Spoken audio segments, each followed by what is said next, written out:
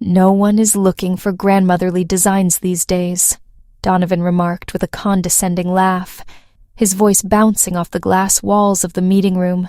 "We need new talent in the creative division, not recycled ideas from the 1980s. I remained seated, my hands clasped tightly in my lap, as I watched a quarter-century of my life's work disintegrating before my colleagues.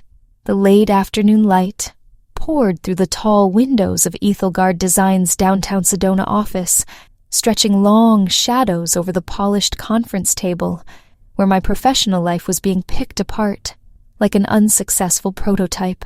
My name is Aria Burton. I am 56 years old, and I have been at the forefront of eco-conscious architecture since long before it became a buzzword. For more than 20 years, I had invested my soul into this company, developing pioneering environmentally sound structures that fused practical use with ecological accountability. I had garnered awards, guided aspiring architects, and played a key role in positioning Ethelgard Designs as a frontrunner in sustainable building. But in this moment, all of that seemed to be irrelevant. "Your style has become—" Donovan paused, seemingly looking for the most diplomatic word, while fidgeting with his designer cufflinks. "Antiquated. The industry is demanding sleek, contemporary concepts that appeal to a younger clientele. Your work has a feel that is too conventional, too anchored in what has been." The other partners gave affirming nods, their expressions a blend of feigned pity and obvious relief that they were not the ones being scrutinized. It was clear to me that they had reached a conclusion before I even entered the room. This was not a conversation. It was a verdict. "Effective immediately, you will be moved off the creative division," Donovan went on, pushing a file across the table in my direction. "We are reorganizing to concentrate on more modern takes on sustainable building. You will be transferred to our heritage restoration unit, focusing on historical preservation work." The irony was not lost on me. I was being relegated to restoring historic buildings, while the very expertise that had taught me to build enduring, elegant structures was being cast aside. I reflected on the countless late nights spent refining plans, the client presentations where I had championed sustainable materials when they were costly and out of favor, and all the young architects I had mentored who were now sitting silently at this very table. "I see," I murmured, my voice more composed than I actually felt. "When will this change be implemented?" "Next Monday," Donovan answered, already sorting through a different stack of papers. "Leo will be assuming responsibility for your ongoing projects. We will ensure the clients are notified of the new arrangement."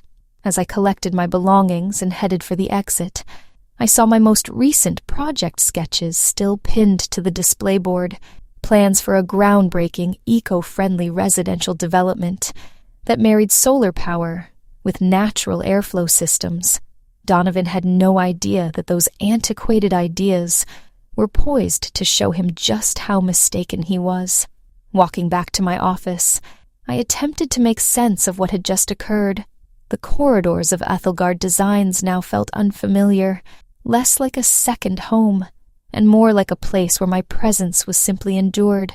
I had been here for so long that I could walk these halls blindfolded, yet now everything felt alien.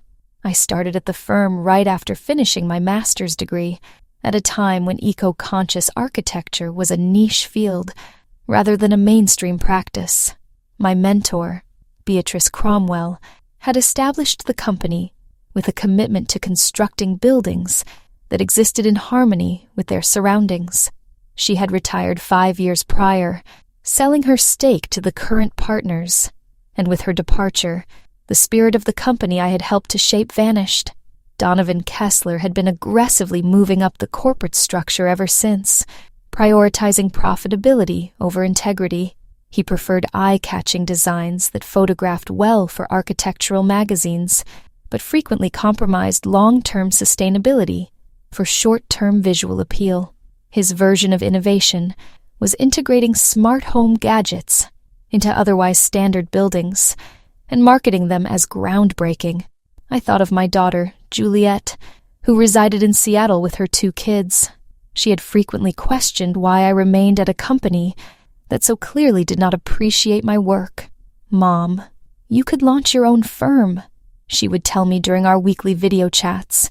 "You have the background and the industry standing." But Ethelgard Designs had been my professional life for so long that the idea of working anywhere else was hard to fathom. When I got to my office, I looked at the photographs on my desk, pictures of structures I had designed throughout my career. There was the community hub in Flagstaff that had received a state award for sustainability, the primary school in Prescott that had cut its energy usage by 60%, and the subsidized housing development in Mesa that had set a standard for other municipalities. Every single project was more than just a structure. It was a part of my professional identity. My computer pinged with an email alert. It was from the Sedona Eco-Dwelling Project, flagged as high priority. I had sent in my independent design proposal 3 months earlier, having worked on it during evenings and weekends in my private studio. The city had put out a call for sustainable, affordable housing ideas, and I had chosen to submit it under my own name instead of through the firm. The email was short, but encouraging. They wished to arrange a presentation meeting for the next week. My pulse quickened as it dawned on me that while Donovan was easing me out, my own initiative might be creating a whole new opportunity. I replied right away, confirming my availability, then leaned back in my chair with the first real smile I had worn all day. The weekend was a whirlwind of conflicting feelings. I swung between indignation at Donovan's dismissiveness and exhilaration about the upcoming presentation with the city. On Saturday morning, I laid out my competition plans on my dining room table, going over each element with a renewed perspective. My idea revolved around modular, sustainable living units that could be customized for various family sizes and property layouts. The plan featured passive solar heating, rainwater harvesting systems, and rooftop gardens that occupants could cultivate for food. The look was sleek and contemporary, but built on practical usability, what Donovan might call grandmotherly designs, but what I recognized as simply excellent architecture. On Sunday afternoon, Juliet called for our regular conversation. "You sound different, Mom," she noted after I had shared the news about being taken off the creative division. "I thought you would be more disheartened." "I am disheartened," I confessed, pacing in my home office, where I had dedicated so many hours to personal projects. "But I'm also experiencing something I haven't felt in a long time. Liberation. For the first time in years, I'm developing something that is completely and totally mine." "Tell me more about this city project," she prompted, her voice filled with genuine curiosity. I detailed my housing concept, explaining how it could offer affordable, sustainable residences while fostering a community feel through shared green areas and energy infrastructure. As I described it, I realized how much passion I still had for my work, despite the company's efforts to make me feel outdated. "Mom, that sounds amazing," Juliet said. "When is your presentation?" "Tuesday afternoon. I've been polishing the proposal all weekend." I paused, glancing at the drawings laid out on my desk. The strange thing is, this design pulls together everything I've learned over 25 years. It isn't antiquated, it's evolved. Monday morning started with an email from Leo, the young architect now in charge of my projects. He wanted to set up a meeting to go over the handover. I consented, though I couldn't help but find it ironic that someone half my age, with a tiny fraction of my experience, was now deemed more innovative, just because he favored glass and steel over natural, time-tested materials. The meeting was professional, yet tense. Leo was clearly ill at ease with the situation, and I had no wish to make it more difficult for him. He was a promising architect, just inexperienced, and the circumstances were not his fault.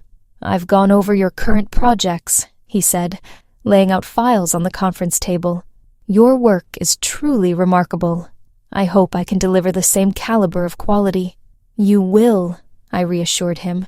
Just keep in mind that sustainable design isn't about chasing fads. It's about building structures that will stand the test of time and serve people for generations. As I passed him my project files, a strange feeling of finality washed over me. These buildings would be finished by another architect, but they were my legacy. Tuesday's presentation was about my future.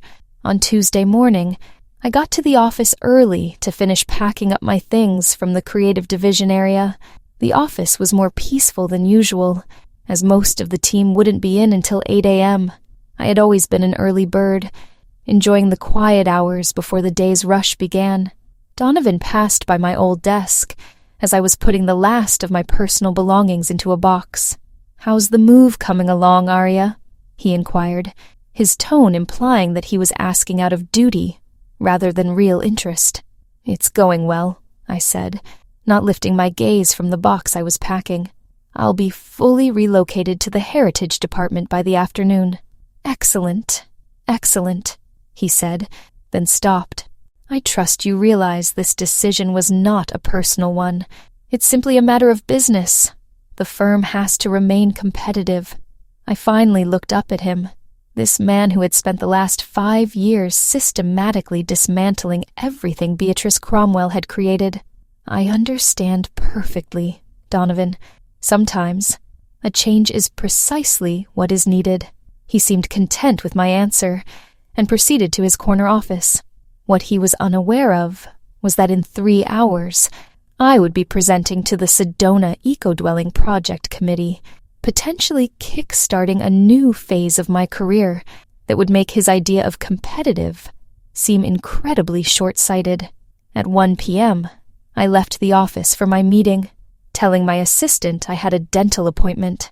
Sedona City Hall was a 15-minute drive from Ethelgard Designs, and I used the time to mentally rehearse my key points one last time. My hands were more stable than I anticipated. It seemed that years of presenting to clients had prepared me for this very moment. The committee room was more intimate than I had envisioned, with 5 members arranged around a rectangular table. Dr. Isabella Rossi, the city's director of sustainable initiatives, started the introductions. The other attendees included a city planner, a housing rights advocate, an environmental scientist, and a community leader. "Ms. Burton," Dr. Rossi started, "we have reviewed your initial submission and are very impressed. Your modular approach to sustainable housing tackles several of the main issues we are currently facing in Sedona. Could you elaborate on your concept for us?" For the next 30 minutes, I presented my design with a fervor I had not felt in a long time. I detailed how the modular units could be fabricated off-site to minimize construction debris, how the passive solar design would drastically reduce energy bills for inhabitants, and how the integrated community gardens would offer both nutritional security and social bonding. "The elegance of this system," I stated, gesturing to my technical schematics, "is its flexibility. A young couple could begin with a single bedroom unit and then integrate more modules as their family expands. Empty nesters could scale down by detaching sections, which could then be repurposed for other families." The environmental scientist leaned in. "What about the upkeep expenses? These systems appear rather intricate." "In fact, they are engineered for simplicity," I answered. "The solar panels and rainwater collection systems utilize established technology with few moving components. The building materials are selected for their resilience and low maintenance requirements. Over a 20-year span, residents would see substantial savings on their utility bills." The questions went on for another 20 minutes, each one giving me an opportunity to show the thoroughness of the thought I had invested in every part of the design. These were not merely attractive sketches. This was a complete answer to the challenges of urban living. "Ms. Burton," Dr. Rossi said as our time wrapped up, "we have 3 more presentations scheduled this week, but I must say that your proposal meets our criteria in an exceptional manner. We will reach our final verdict by Friday and declare the winner next Monday." Driving back to Ethelgard Designs, I was filled with a mix of anticipation and nervous excitement. Whether I secured the project or not, I had proven to myself that my designs were not antiquated. They were timeless, functional, and innovative in ways that went beyond passing aesthetic fads. The rest of the week moved at an excruciatingly slow pace. I dove into my new duties in the Heritage Restoration Department, poring over historical preservation codes and analyzing architectural plans from the 1920s and 1930s. The irony was palpable. While Donovan saw my work as outdated, I was now officially tasked with preserving buildings that were nearly a century old. On Thursday afternoon, I had an unexpected guest. Leo appeared at my new office door, looking hesitant. "Arya, could I have a moment? I'm encountering some challenges with the Scottsdale development." I motioned for him to take a seat. The Scottsdale development was my passion project, a multi-use complex that blended residential apartments with commercial and office spaces, all centered around a courtyard featuring native desert flora. "The client is requesting changes to the ventilation system," Leo explained. "They want to add more mechanical air conditioning, but I'm unsure how that will impact your sustainability model." I retrieved my original project notes. The natural ventilation was engineered to complement the building's positioning and the thermal properties of the adobe construction. If you incorporate standard air conditioning, you will have to recalculate the energy demands for the entire structure. We spent the following hour delving into the technical specifications. Leo was intelligent and keen to learn, but he didn't have the hands-on experience to grasp how altering one component of a sustainable design could throw the whole system out of balance. As we collaborated, it became clear to me how much institutional wisdom was being lost with my demotion. "You know," Leo commented as we wrapped up, "I've been studying your other projects. Your methodology for sustainable design is remarkably advanced. I just don't get why." He let his sentence fade, clearly reluctant to criticize the partners. "Why I was transferred from the creative division," I completed for him. "Sometimes experience is viewed as a handicap instead of a strength." Friday morning delivered an email that made my heart pound. Dr. Rossi wished to set up a follow-up call for 2 p.m. The subject line was, "Sedona Eco-Dwelling Project. Next Steps." I tried to avoid overanalyzing the wording, but next steps certainly sounded positive. The call was only 10 minutes long, but they were the most pivotal 10 minutes of my career. "Ms. Burton, it is my pleasure to let you know that the committee has chosen your modular sustainable housing design as the winner of our competition. Your proposal received the highest marks in every category we assessed: innovation, sustainability, cost efficiency, and community benefit." I sat in a state of shocked silence for a few seconds before I was able to respond. "Thank you. I am deeply honored and thrilled to get started. The official announcement will take place on Monday morning at 10 a.m., Dr. Rossi added. "We will be conducting a press conference at City Hall, and we would be delighted for you to be there to field questions about the design. This is a major undertaking for Sedona. We aim to construct the initial phase of 200 units within the next 18 months. After the call concluded, I remained in my office, absorbing what had just unfolded. In the course of a single week, I had gone from being written off as obsolete to winning the most important housing competition in the city's recent memory. My antiquated style had just been chosen to provide shelter for thousands of Sedona residents in innovative, sustainable dwellings. I considered phoning Juliet right away, but I opted to hold off until after the formal announcement. There was a certain satisfaction in keeping this win to myself for a couple more days, especially while Donovan was busy reorganizing the creative division to focus on more contemporary styles. A quick look at my calendar showed that Monday's press conference was scheduled during the weekly staff meeting at Ethelgard Designs. I couldn't help but wonder if anyone would be tuning into the local news. Monday morning came with an unusual warmth for an October day in Sedona. I had used the weekend to get ready for the press conference, re-familiarizing myself with my design specifications and trying to foresee reporters' questions. The significance of the occasion was starting to register. This was more than just a professional triumph. It was a vindication of everything I had dedicated my career to achieving.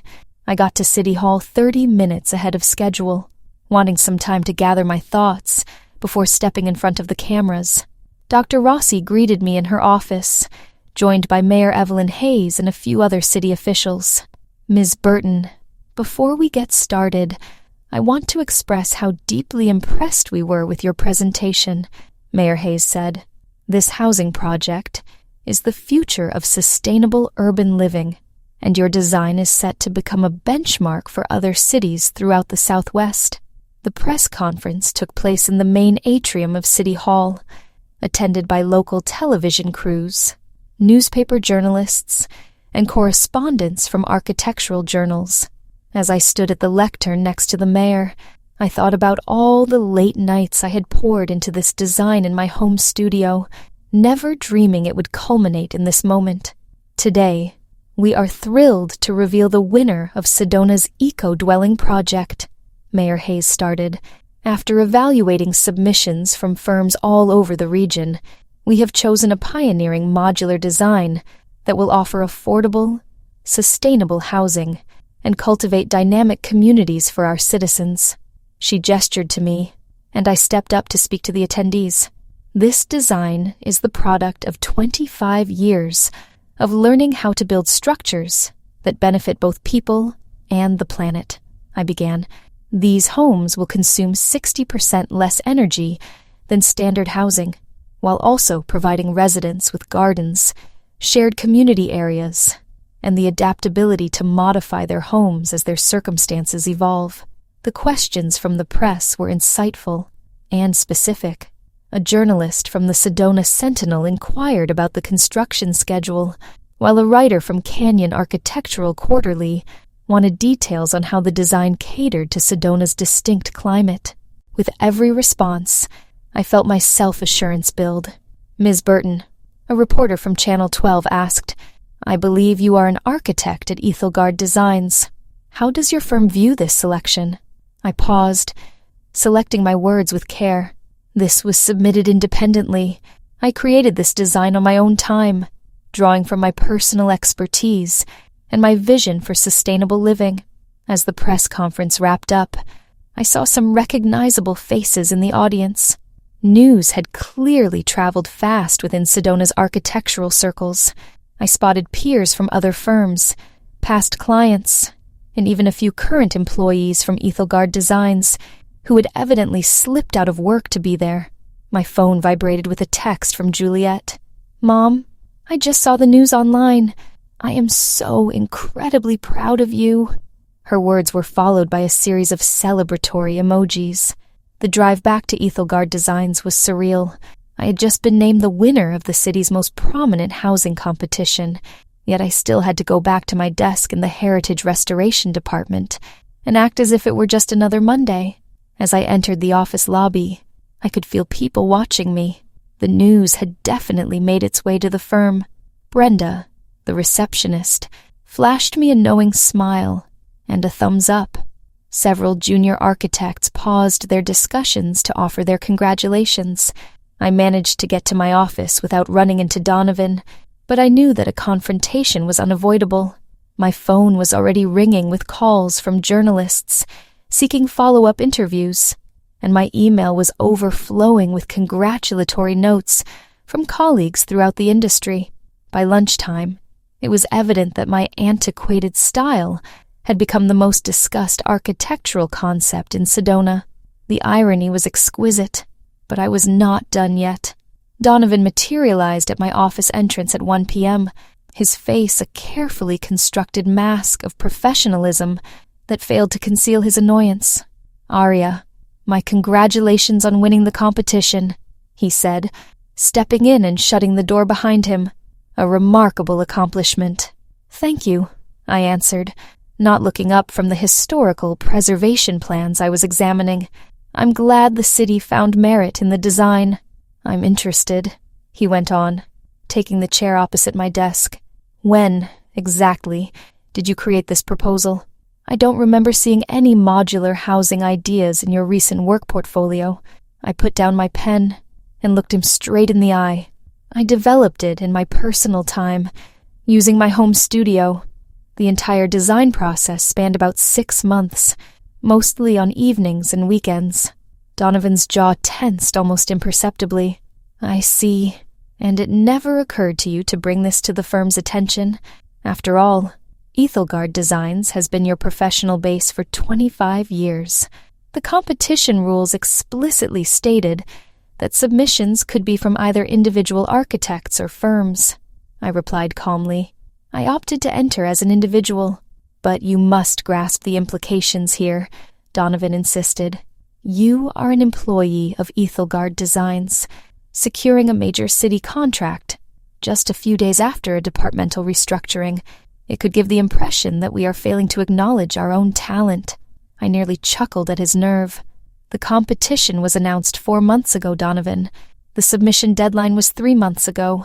The evaluation process has been in motion for weeks. This did not happen just a few days after anything. He rose to his feet, his calm finally breaking. The partners and I must convene to decide how we will address this. The media is already reaching out for comments on our involvement in the project. I'll make it easy for you, I said, turning my attention back to my documents.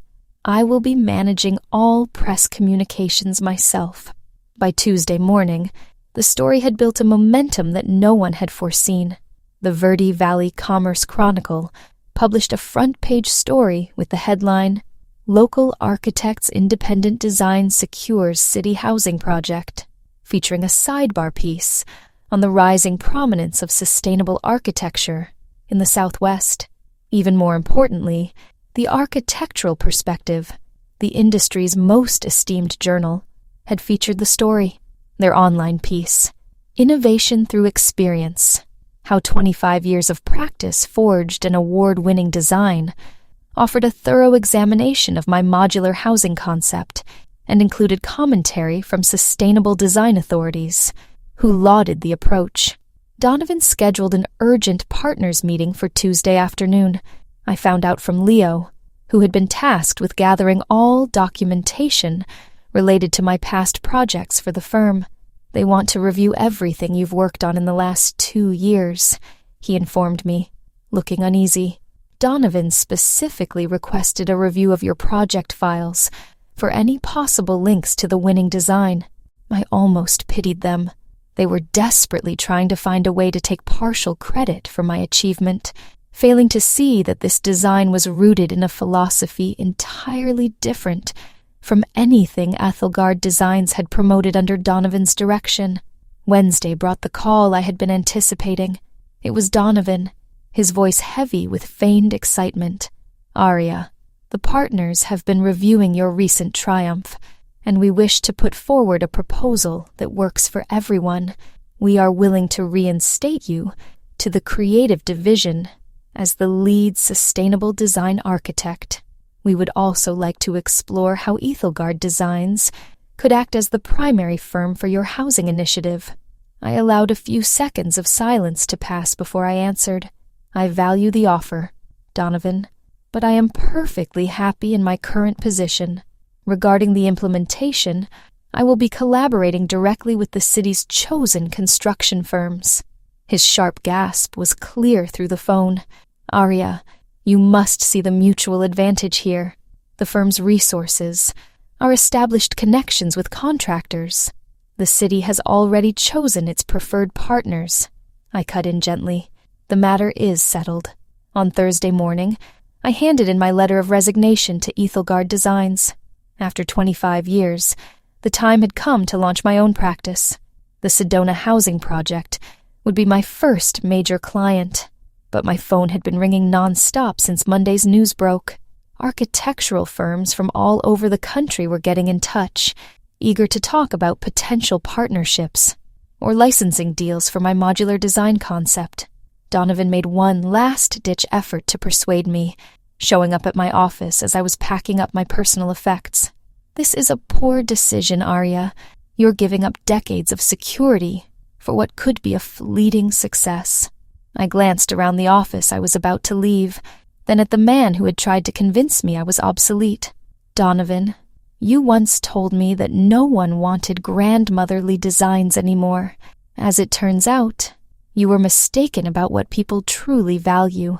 Juliet flew in from Seattle for the weekend to assist me in organizing my new home office. As we positioned my drafting table by the expansive window that offered a view of the desert terrain, she inquired about my future. I am going to create buildings that endure, I told her, not just in their construction, but in their significance to the communities they are part of. I am going to demonstrate that experience and wisdom are not antiquated. They are indispensable. The first phase of the Sedona Eco-Dwelling Project commenced construction 6 months later. Mayor Hayes asked me to attend the groundbreaking ceremony, where I observed construction teams pouring the foundations for homes that would provide shelter for families for decades to come. The very design that Donovan had written off as outdated was now a case study for urban planners worldwide. Standing there, witnessing my vision materialize, I came to understand that the most satisfying form of revenge isn't about proving your detractors wrong. It's about proving that you were right all along.